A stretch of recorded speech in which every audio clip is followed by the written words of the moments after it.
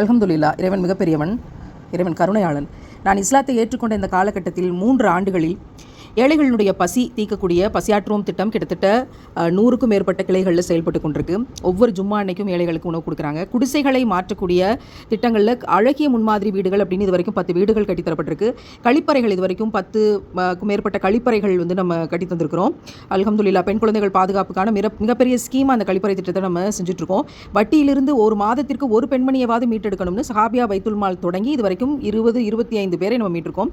சிறைவாசிகளுடைய வீட்டு பிள்ளைகளை படிக்க வைக்கணும்னு நியத்து வச்சு கல்வி உதவி திட்டம் நம்ம செஞ்சுட்ருக்கோம். பெண் குழந்தைகள் பாதுகாப்புக்காக பெண்கள் பாதுகாப்பு குழுன்னு தொடர்ந்து நோட்டீஸ் வழியாக பிரச்சார விழிப்புணர்வு நிகழ்ச்சிகள், விதவைகளுக்காக மை ஃபேமிலி மை சிஸ்டர்ஸ்னு மாதாந்திர உதவித்தொகை திட்டம், கல்வி பணிக்காக சஹாபியா ஆன்லைன் மதரசா வழியாக டிப்ளமோ இன் ஹியூமன் டெவலப்மெண்ட் அப்படிங்கிறதுல இஸ்லாத்தோடு சேர்த்து கொண்டு செலுத்துகிறோம். பரப்புரையை நாம் யூடியூப், ஃபேஸ்புக், இன்ஸ்டா, எக்ஸ் தளம் மற்றும் நேரடி களப்பரப்புரையை செய்து வருகிறோம். ஆதரவற்றோர் அனாதைகளுக்காக ஹோம்களுக்கான கட்டுமான உதவி திட்டம், அவங்களுக்கு கிச்சன் கட்டி கொடுக்குறது, சீட் போட்டு கொடுக்குறது மற்றும் உணவு கொடுக்குறது இந்த பணிகளை செஞ்சுட்டு வரோம்.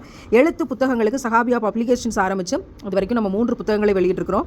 அல்ஹம்துலில்லாஹ். கைவிடப்பட்டவர்களுக்காக அன்னை கதீஜா ரீஹாபிலிட்டேஷன் சென்டரை நாம் தொடங்கி அதற்கான வேலைகளை செய்யணும்னு நியத்து வச்சு பணிகள் போயிட்டுருக்கு. ஒவ்வொரு மாவட்டத்திலும் ஒரு ரீஹாபிலிட்டேஷன் சென்டர் ஆரம்பிக்கணுங்கிறது நோக்கம். இவற்றையெல்லாம் இறைவன் நம்மை கொண்டு இந்த 3 ஆண்டுகளில் வேலை வாங்கினான் என்பதில் அல்லாஹ்வுக்கே எல்லா புகழும்.